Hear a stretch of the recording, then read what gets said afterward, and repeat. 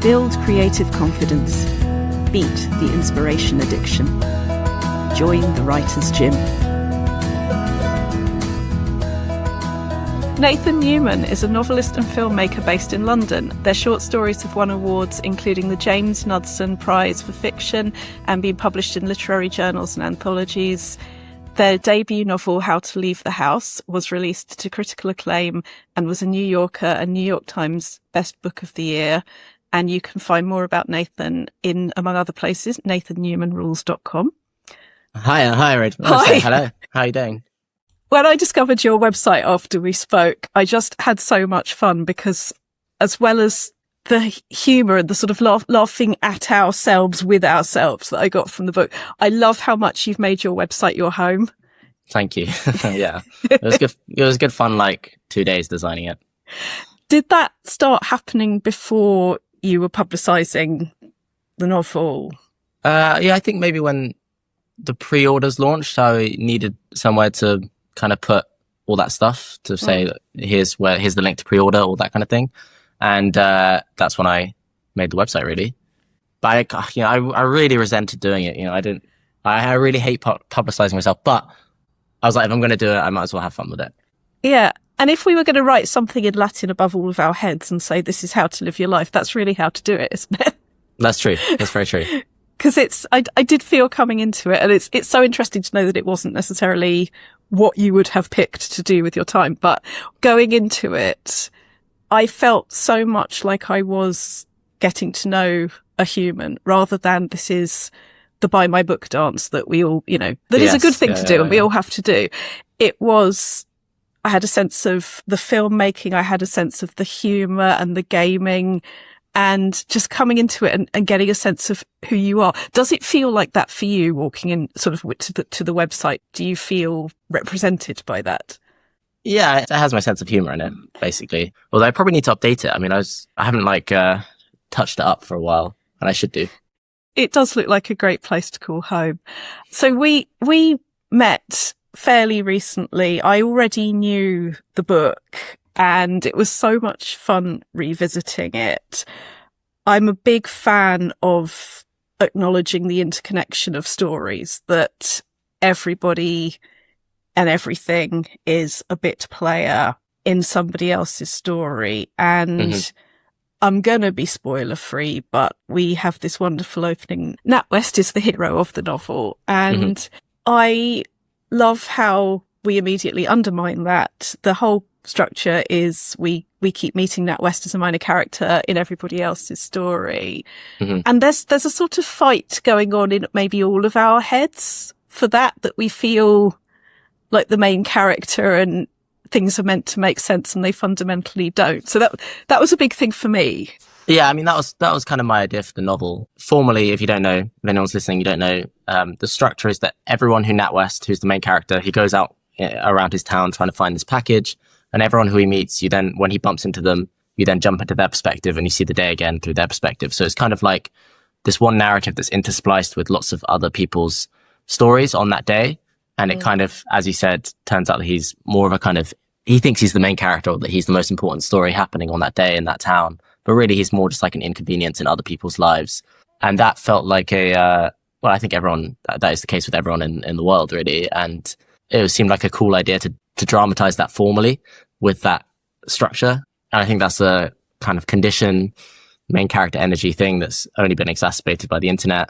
And it seemed like an interesting way to put this younger character up against all these people who are mostly older, middle-aged, sometimes younger, but mostly older people as well.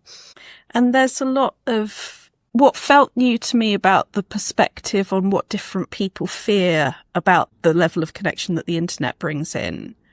I found really, really interesting that there's a lovely part where Nat West is reflecting on how what the adults seem to be worrying about, sex and exposure to porn, and the way that Nat West is sort of kind of eye-rolling that we'd seen all of this stuff by the time we were, quite young, and what we're actually worrying about or what we're actually struggling with is something that maybe is being missed.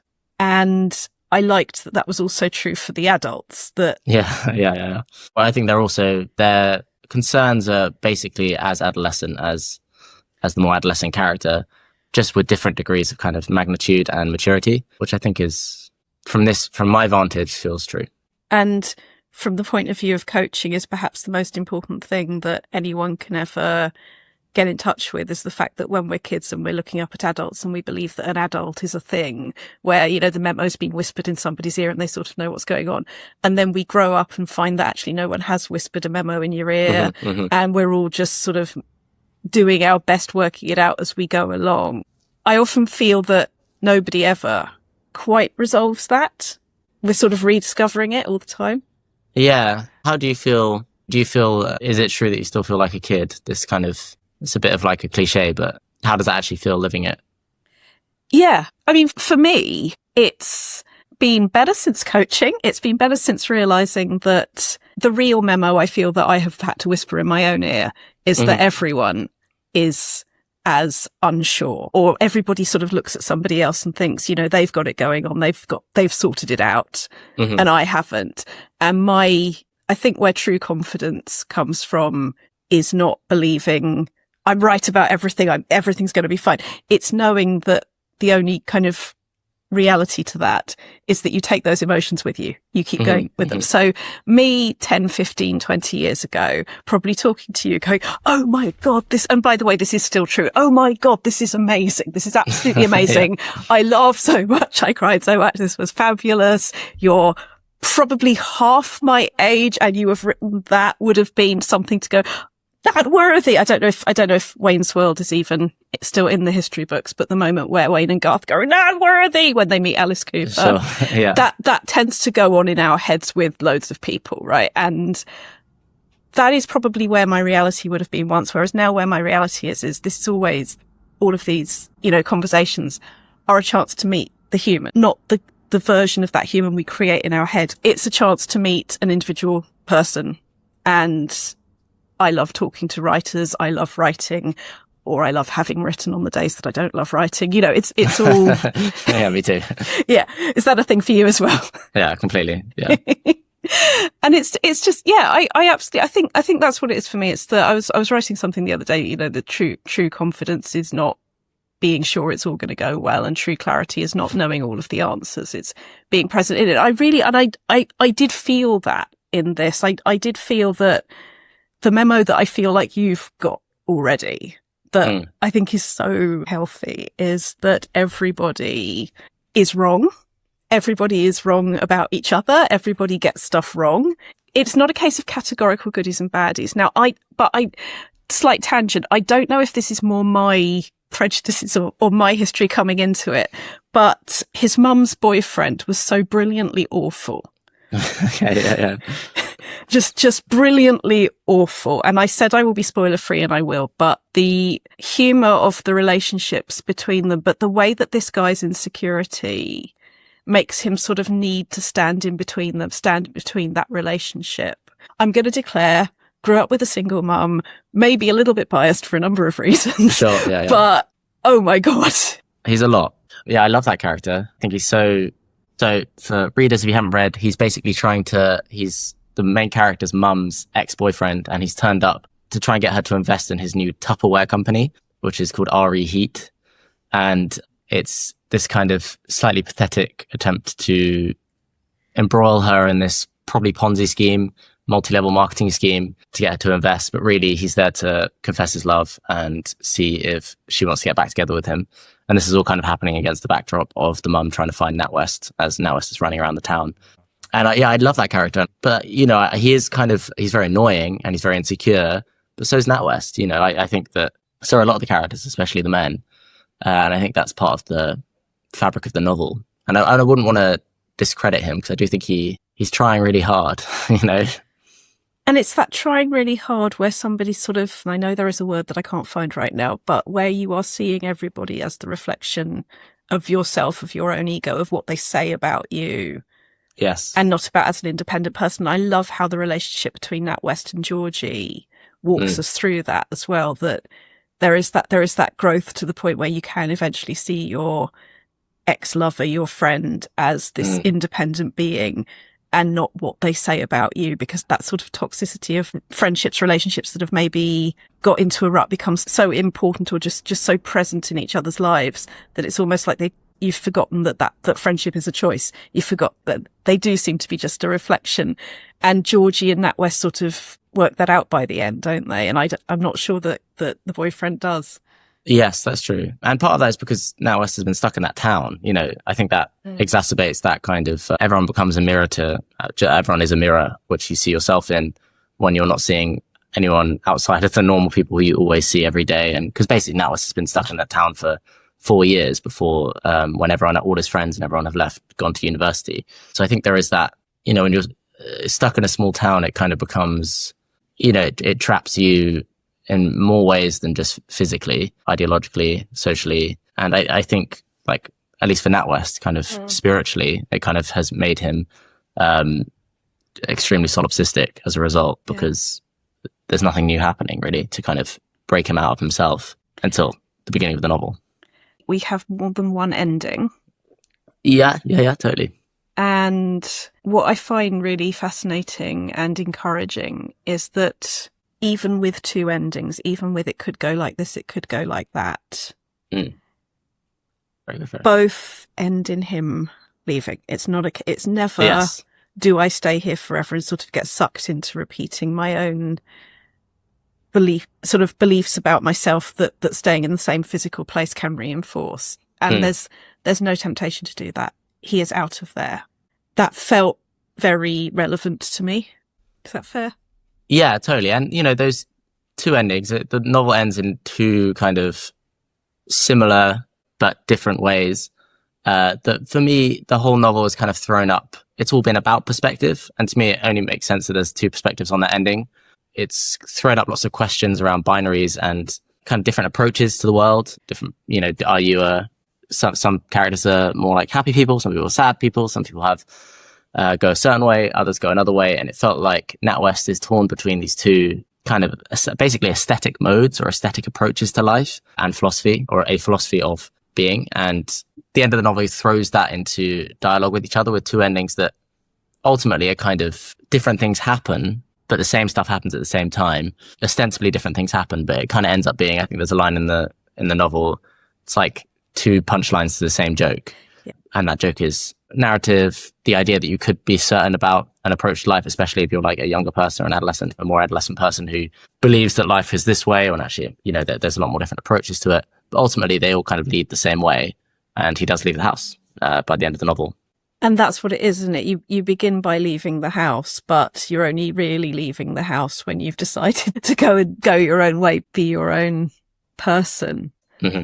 And that does often mean leaving behind the versions of yourself that other people are sort of committed to. My experience wasn't leaving a town. I grew up in London, but I stayed in the same bit of London for a really, really long time. And when I went to university, I was still living at home. Mm-hmm. And then when I met my partner, moved to a different bit of London. And I did not know until that happened how a small number of miles might be all it takes for your mind to adjust slightly, I think, to become completely that sense of hometown.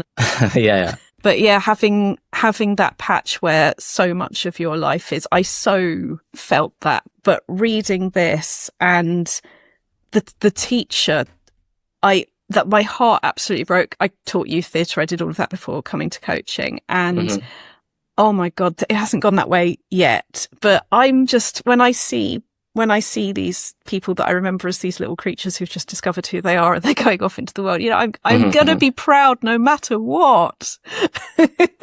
And I so get the feeling though that we all sort of, I mean, something that I took from that as well was, I guess, just the way as a teacher, it's almost like it's the ultimate example of how you can feel like what you have done or not done. The people that you taught, you are so reflected in. And that's what it does feel like a hall of mirrors in that way, that we are all sort of looking at each other about what they say about who we are.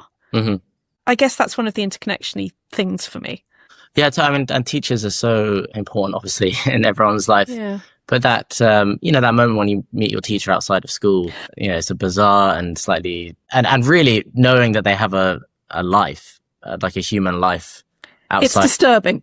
That classroom and that relation to teaching, English or French or whatever to you is absolutely one of the most disturbing experience. It's almost like, seeing your parents have sex or something. It's one of these just like world-rending experiences, especially when, I remember when I was at school, it'd be like, oh my God, have you found this person's social media profile? The idea that they would post on social media about that, a teacher would post on social media about their life is completely strange and weird. And it just seemed like a perfect thing to dramatize, really, especially because NatWest thinks he knows everything, but here's one person who absolutely knows best and better for him. And there they are, and they might be disapproving. I love the way that they overanalyze and they overthink each interaction, and I so see myself in that. And it's actually a really lovely example of something that hasn't changed through all of this interconnection, that now that we have the internet in all of the ways that we have it, if I see my old teacher in the bank today, that will be just as disturbing as it was in 1997 when that happened. Totally. Yeah, it is just absolutely gorgeous. Yeah, I cannot overstate how much I have enjoyed this, and I would love to know, from a writing perspective, what has been important in the journey for you? Now, I know you studied under Zadie Smith, because that was how I met you. But tell me a bit about coming to this. Tell me a bit about coming to writing. So it was really that I wanted to make movies. I wanted to be a filmmaker, but COVID happened in my last year of university. So I kind of was just like, there's no point in applying to film school because I was going to be I wasn't going to be able to get on set. And so I basically kind of thought I'd write a novel, and I'd always thought of myself as a writer. And despite having a lot of time at university, I never really wrote that much. And now suddenly I had loads of time for the first time in my life. Well, not for the first time in my life, but it was the time where I was like, okay, if you don't write in this 8 months or whatever of lockdown, then you can't call yourself a writer. And so I wrote the first kind of third of a novel, let's say. And then I decided to apply for a NYU in Paris, which is like a kind of knockoff version of the NYU course, the main NYU course, which is basically you go to Paris, you have 3 sessions with a mentor, and then you go to Paris and everyone drinks lattes, whatever. I never got to Paris because it was COVID, but it was a lovely, and I could only afford 1 semester actually, but I got the semester, and then I petitioned Zadie Smith to be my mentor. She agreed to be my mentor, and then she kind of very much helped usher me through that first draft, a lot of that first draft of that novel, in a way that I'll always be thankful for, really. Especially because she was like kind of like one of the reasons why I became a novelist in the first place. And so it was just suddenly very bizarre to be writing, every week and having a call with her and her tearing apart my work, and then me trying to make it better. Talk about that teacher, like Mrs. Pandey in the novel. Weirdly, I end up feeling like I had a bit of that with Zadie, where it's that, a great teacher is not really someone who's great at teaching. It's more just someone who you really want to impress, I think, at least for me. And then that makes you step up. Is it impress? Is it connect with? Well, I think it's different for everyone. I think for me, if I really want to impress someone, it'll make me work harder for sure. And that's part of that is like listening and hearing what they want. And then you kind of figure out, and a lot of that is, I think I'm very good at knowing what other people want. Ironically, it's made me slightly anxious about my style, because I think that period with Zadie made me go, okay, this is what Zadie wants. This is how to write for Zadie Smith, which is not a bad thing. She's a great reader, but it's slightly, I think it delayed my development in another sense of becoming a certain kind of writer, which itself is great because I ended up becoming this kind of writer, which is amazing. And it's kind of slightly similar to maybe how she writes, although she would hate to hear that. And yeah, so that was the process with Zadie. And then came out of that first semester. I dropped out after that first semester, and then basically spent ages trying to get an agent, got an agent, and then publishing happened quite soon after that, fortunately. I'm curious, you say she'd hate hearing that. Really? I think, because for me, hearing you say that, it is so interesting, because I would not have picked up this and go, Zadie Smith wrote it. Yes. I wouldn't. Yeah. I would pick it up and say it is brilliantly specific. You and your editor know how to get what needs to be there absolutely crystal clear. The oyster is gone. We are left with the pearl. You have cut it down to what you need, which I would absolutely say is true of Zadie Smith. And I guess this is, yes, I have the history of before I was coaching, I was a teacher, I was a tutor, and I was a drama leader and director. But the point is always go into somebody else's head and bring them from where they are now to where they want to be. So as you say, it's what people want. It's looking for the objective first. And I mean, if I'd been Zadie Smith in this situation, I would be bloody proud of this, because it's definitely not a Zadie Smith book. It's a damn good book in its own right. So I guess that's what I was thinking as I said that. Yeah, totally. And I think she's very proud of me. I love her bits. She's amazing. The kind of finding that pearl in the oyster. Yeah. That was a big, when I set out to write this, I knew there would be 9 perspectives basically that I would have to write from. And usually when you have a novel which has 9 perspectives, it's a big novel. It's a chunky novel, because you're going to have to process all these. Basically, it's like 9 short stories and a novel. But I also didn't want it to be overwhelming, large, unappetizing, and uncontrolled. I didn't want it to feel like I had all these ideas and I could just stuff them in there without knowing about structure, knowing how to make this work. And a big part of my process of writing this was just really just getting down to what is the most, what is the, possibly at the cost of some literary value, what is the only things you need to know. There were no darlings were executed en masse.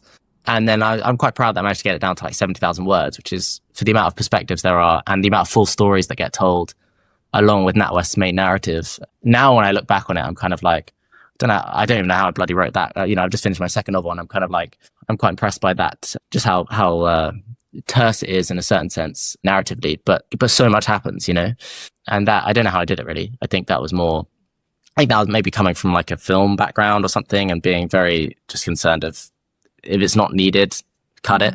I did notice that the show Don't Tell Within People's Thoughts is very precise. So yeah. I did wonder if that was helpful, knowing that the more that ends up on the cutting room floor, the more what is left shines. Yeah, totally. I love cutting. Like, I'll write quite a long first draft. That's usually, maybe not a really long first draft, but then I'm quite merciless when I cut. In a way that sometimes worries me. This is just boring writer anxiety, where I get worried that I'm becoming too spare, basically, and cutting all the description out of things. And before, I'd write how beautiful this room was, and I'd analyze all the things in the room, and that would say things about the character. And now I'm just kind of like, he walks into a room. That's fine. That's all I need. There may be something in that for the future as well, mightn't there? That you were saying about, I know how Zadie Smith would write this, and I've been trained in that. And the idea of worrying that, okay, I've gone down that route. But the beauty of it is we don't have to choose. If you want to explore, if you want to be curious about something else in a future project, you get to do that. Yes, totally. I love, I basically, my first 2 novels, my second novel is, I just finished it. I wanted them both to be a piece in like a kind of, they're my fun early novels. I love novelists who have books in their 20s and they're so filled with energy, and they're, what they lack in maturity, they make up for in a kind of kineticism and all that kind of stuff. And you can never really get it back as well, because you're seeing them develop their writing style on the page, and you can't put the genie back in the bottle once they've learned how to not do some of that stuff, which is also part of the thing that makes their style or that early stuff quite enjoyable. And I think that's the case with Zadie, for sure. Her first 2 novels have that in abundance, and then she becomes much more refined and mature once she's in her 30s. And I think that's kind of what I wanted to do for my first 2 novels, is make sure I had that. I don't feel ashamed by having that, having those first 2 novels feel like that, because I know how much I love reading that when I was a younger person, and I'm very excited to see where my style goes, I guess. Or I'm curious, now I'm like, cool, I've done those 2 fun ones. What's the mature style going to look like? Now I can figure it out, and then I can go over 5 years and figure out what the mature style is going to be, the more mature style. And also it's as well as figuring it out, it's allowing it to happen, isn't it? It's knowing that there is time ahead. And this is something else that I don't really believe there is ever a story where our relationship with time is not relevant, because we are that is the primary relationship of our lives, really. But to do this in 24 hours, to have this happen for NatWest in that structure within 24 hours means that he's, without knowing he is doing so, tidying up the loose ends of an era in order to leave and get on with things in a new era. And I think something I do find very moving about that is that, particularly as writers, we'll often bullshit ourselves that we need a lot longer to work things out than we do. Yes. That, I will have clients who truly believe they need a whole day to do something meaningful. And by extension, if they don't have a whole day, they cannot write meaningfully. And then as their confidence in their ability to use 10 minutes for future notes to future self is something that I tend to say. And, oh, look, because I have an overall picture in my head of where I'm going towards, I'm using those 10 minutes. More is happening in those 10 minutes. I'm less attached to them. They've come off the pedestal. I can walk through the world doing this, not spending the time on the why of am I a writer, but the what of what do I want, what's on my mind, what do I want to say. And I think that maybe applies to broader directions as well, that these are things that you're doing so well and it's so enjoyable. I honestly, I adore this, and something else will happen later, of course.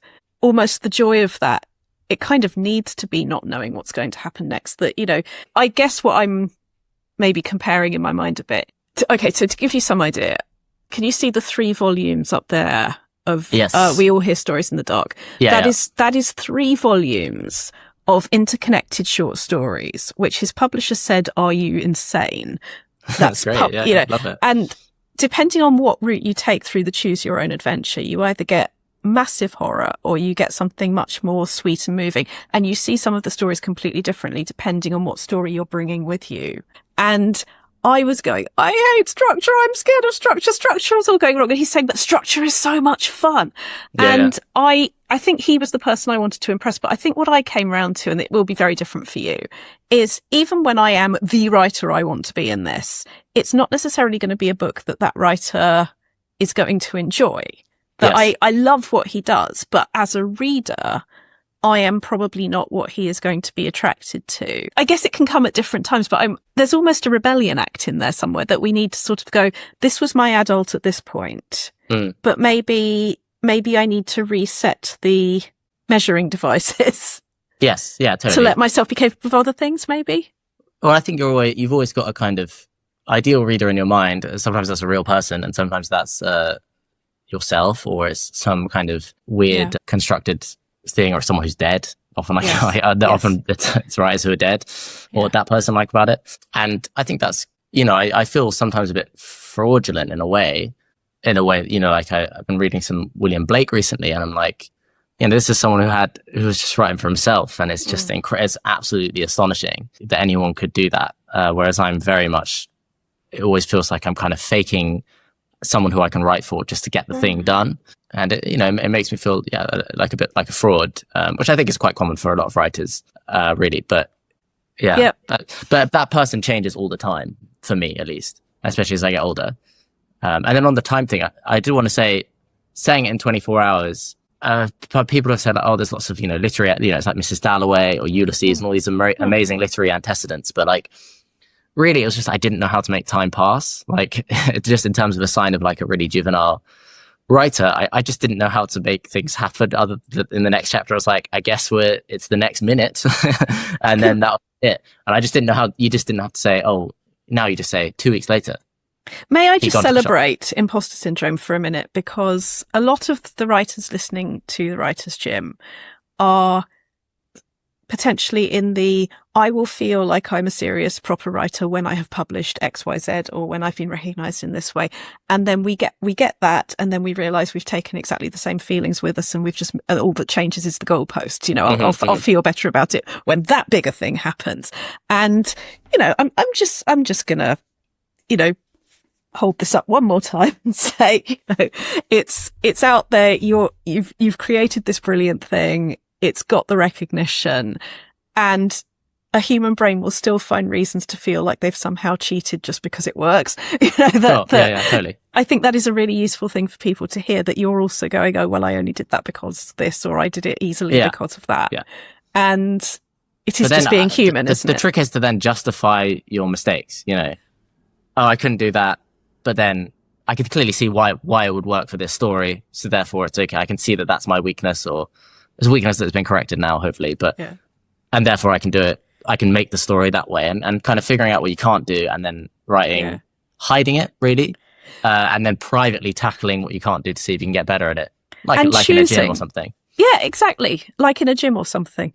Yeah. It's so the reason we call it the writer's gym is it's what are those exercises that, you know, get you where you want to be. And I think that's such a gorgeous example. It's that Wes Anderson line in The French Dispatch about how the one piece of advice the editor gives to his journalists is make it look like you meant to write it that way. Yeah. And that is the fun, isn't it? In terms of writing and life, now I know because it says so that you were also working as an usher. Yes. Yeah. Yes. Are you still ushering? No, I left that job. I left that job at the end of last year after 6 years of working in the cinema. And yeah, it was a long time to working in a hospitality job, basically. Usually you only stay in one place for like 2 years max. And it's bizarre to be there for 6 years because you just see so many kind of generations of staff come and they all leave at the same time. And then you're just like the only one left standing. And then more new people come in and you become friends with them and then they leave. And it's also very much overlapping in the material, isn't it? That there is a sort of sense of other people are moving. Yes. I am the fixed point. What do I see? And it's also, which is another tangent, because what I meant to ask you is, I have people who are still fighting the idea that in order to get writing done, we have to be doing only writing. Now, I realise lockdown terribly helpfully came along and allowed you to do some of that. Yeah. But what's it been like for you in terms of having a non-writey job, making the right spaces for writing? I quit my job thinking that I would write more and that therefore it was worth more kind of my time and money in that sense. And I haven't written more since quitting my job. And I think if you really want to, I think, and often the people I know, my friends who are writers, who have full-time jobs, one of my best friends is a teacher, used to be a teacher. And when she taught 9 hours a day, including commute and everything like that, she'd get home and then she'd just write in the evening. She wrote way more than she does once she got a part-time job and left teaching, which is a much more intensive job. But obviously it's different for everyone.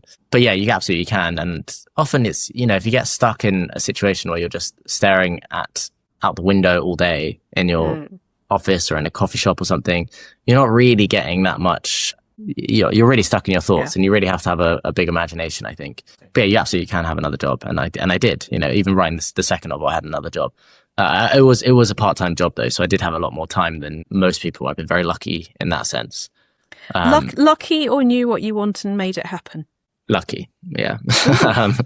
Okay. Yeah, I think there's an unbelievable accession of luck has got me to the place where I can write. I mean, I'm a little bit broke right now, but more or less write full time, and which is an incredibly brilliant and privileged position to be in. So I don't think luck is the main thing, but there is an energy and there is hard work and all that kind of stuff that comes with it. I will see your luck and I will raise you. Yeah. Contacted the agent that you wanted, right? No, I emailed every agent in the country multiple times, and every agent in the United States as well. And over the course of about 8 months, I didn't know, that's the agent I want. I think at the start I was like, okay, cool, I want that agent, but they didn't get back to me. I spent about, that was the hardest process. That was probably the most miserable 9 months of my life because I'd written a book and it felt like I had loads of energy behind it. And then no one wanted to represent me because no one thought the book could sell. And then eventually I did get an agent, but only because I started lying. And maybe this is a good tip is when I was going out to agents, I just realized no one was reading their emails, you know, or their assistants were reading their emails, or sometimes their kids would read their emails. They'd pay their kids, someone told me, to read their inbox submissions.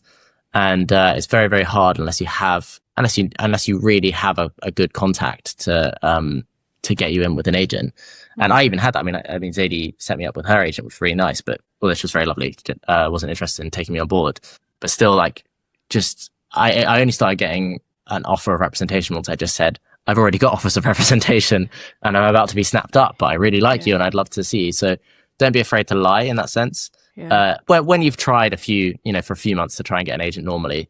But once I just started lying, then suddenly people actually read the manuscript, you know, which was like that's the battle, is just to get them to read the first 5 pages. And if they know that someone else is interested in it, even if that person doesn't exist, they will actually read it. It's a little bit underhand, but I was at that point where I had emailed everyone and no one was reading, or they would read and they'd just be like, I don't think, because they were the only person who they thought had been sent it, that they could sell me, basically. There is something in that, and it is not unlike dating in a way that there's, I don't want to sound like I'm sanitizing the idea, but there's a sort of overlap between lying and positive exaggeration, as in editor who has not replied to my article pitch. I sent one CCing somebody I knew in there saying, I'm just, dear editor name, brackets, cheerfully CCing this person just to make sure the email's right. Did you like it? Would you like to discuss it as this, that, or the other? This magazine is absolutely my favourite. It's absolutely where I want to see it. So I'm just checking in with you before I even consider sending it to other places. And then I got the reply in a way that I hadn't got. I mean, I also said in it, I know how busy you are. I did not say, you've been ignoring me for weeks and weeks and it's breaking my heart, but so it is like dating in that keeping within your own centre of gravity, finding that balance between showing you're interested without desperation, holding that sort of, center of gravity. I think if you're unpublished, you have every right to hustle and do everything you can to try and get published. I think that's because I know how hard it is to get published and how the dice are absolutely loaded against you. Especially if you don't have connections or contacts in the industry, or you're not born in a certain place or born into a creative world where your parents, know agents and producers and so on. It's really, you should have no shame about doing anything within reason, anything you can to get the attention of those agents if you believe in the work that you've got. And, once you get firmly established, you don't want to be a successful novelist and then be lying and stuff. That's a bad idea. But in general, in that early stage, there are these kind of like ideas that you might get blacklisted or something. If you make enough noise to get blacklisted, that means you probably already, that's a good sign. That means that you've got someone's attention at least. And it's making the noise in your own voice though, isn't it, as well? Yeah, completely. And just backing yourself. It's been so lovely to hear all of this, but the habits of keeping something consistent, can I ask about, from a writing point of view, what works for you? Either it might be times of the day, it might be I can do this much and then my brain needs to say no sale. What happens for you? Yeah, mainly figure out what stops you writing and then set everything up in your life that you can, economic conditions being the case they are, to make sure that those things that stop you writing are minimized. And that for me is emails and disruption. If I get an email that I know will disrupt me, or if I've emailed someone who I'm waiting for a reply and I know I'm going to be stressed if I don't get that reply, just because I like certainty, send that email at the end of the day. Don't send it in the morning and then you're going to spend the whole day when you're meant to be writing, thinking about, is that email coming in? Let me check my inbox, so on and so forth. So for me, it's very much removing distractions, disconnecting from the internet if you can.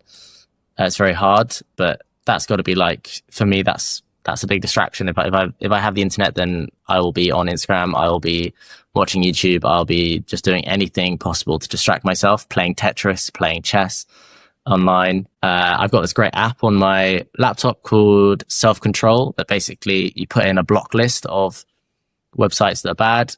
You set it for 6 hours and you cannot access any of those websites, even if you restart your laptop or anything. So it's called Self-Control. And they're not paying me to say this, but it really helps. It's free as well.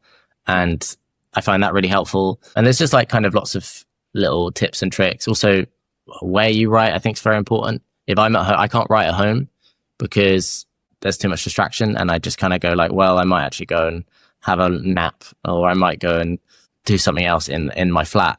And my flatmates are around as well, so they'll be coming in. So find a place. So I go to like this one particular quite quiet cafe where I just go sit in the corner and I work for most of the day, or a library or something like that. Just find out where you can write as well. It's like a routine building if you can build a routine. Although I feel like what you were saying earlier, which is if you have the stamina to be able to do, okay, I can do 10 minutes here, I can do half an hour there, I'll be able to get a little pocket of time over there. I really want to learn that, and I'm not great at it at the moment. I really do just like, this is my writing day, no one disturb me, to the annoyance of everyone in my life.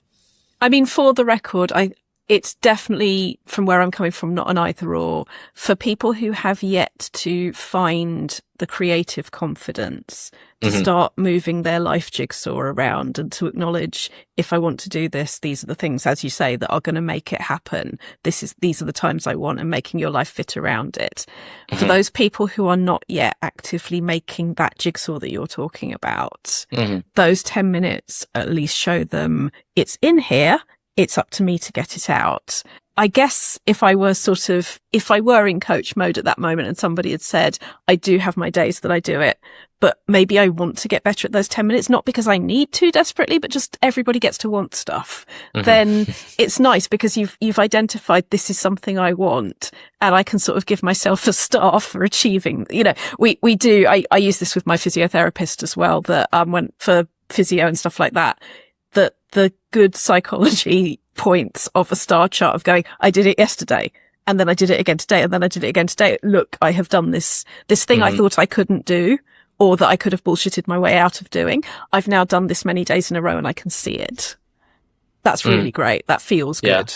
Well, I just said novels, they're long-term projects. You don't write a novel in 2 weeks, or if you do, it's not going to be good. If you can, bloody do it. Sure, I wish I could. Absolutely. That being said, I bloody wish I could write a novel in 2. But, they're long projects that take years, certainly from when you have your idea to when you start writing to, when you're done, and then editing and drafting and everything. And it kind of doesn't really matter how you get there. It doesn't matter if it's a really slow hike, or if you're on the express train, or if you can manage to catch a flight. Whatever happens, whatever that journey is, just know that it's long, and it's going to take ages. And that's the big part of it, is just having the stamina to return to that document time and time again. I mean, there's little practical things that I sometimes do is I never have one big document which has the whole thing.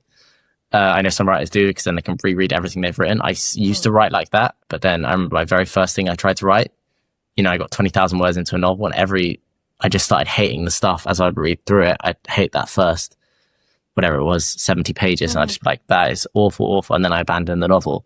And just having chapters, just writing chapter by chapter, then it's like a finished document. You can come back and redraft it later, but that gets stored away. And now I'm on to the next chapter. It's separate, just little things like separate documents. I find for my constitution helps a lot more than if I just have one big document that compiles everything already, and just compile it at the end once you've redrafted all those chapters individually. I found really helps in terms of managing the timeline. I find that really helpful as well. It's much less overwhelming, I think. And that's the goal, isn't it? Anything that's going to play into overwhelm is the enemy. Yeah, absolutely. Yeah. And I loved hearing you say about those, was it 8 months of emailing everybody? Yeah. All the agents. I mean everyone. I emailed every agent multiple times. And I'm so glad you did, because this is just a fabulous thing. And I am really, in the least pressurizing way possible, looking forward to the next one. Thank you. Yeah. Do you want to have a word about the website, about where you want to direct us to come and find you online? You can follow me on Instagram, Nathan Newman, or buy the book if you're interested in the sound of it. Should be in all the Waterstones and Foils and independent bookshops and online and so on. Thank you if you're interested. It's on EPUB as well. It's on audiobook in the States. We will absolutely be directing people to go and find How to Leave the House, and I'm going to hold it up again because it's also so beautiful. And the paperback is a yellow cover. It's the same image, but the paperback is a yellow cover. So that is The Creation of Adam from the Sistine Chapel, Michelangelo. And there's a scene in the novel where there's a nail salon that has that as the sign, which is why there's the painted nails painted pink on the cover here. And it kind of leads to a discussion about, is this bad art? This modification of this art, is it bad? How self-aware is it? The nail salon's called Nail Again, Nail Better. And it's just, I remember when we were going through the covers, my editor suggested this one, and they designed it. And I just thought, there's a lot of art discussion in the novel. And I just thought, in a way, it seems more cringe when you look at it until you've read it. But then once you've read it, I think the cover is really good, basically. Hello, imposter syndrome. Yes, well, yeah. I'm not going to argue, because you get to decide what is cringe to you, of course. Yes. But I'm going to just say again, fantastic. Well, Nathan Newman, thank you so much for joining the Writers' Gym. It's been a pleasure. Thank you for having me.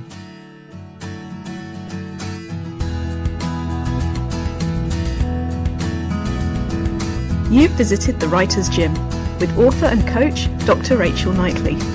Production and sound design are by Ashley Lexine, and theme music is by Chris Gregory.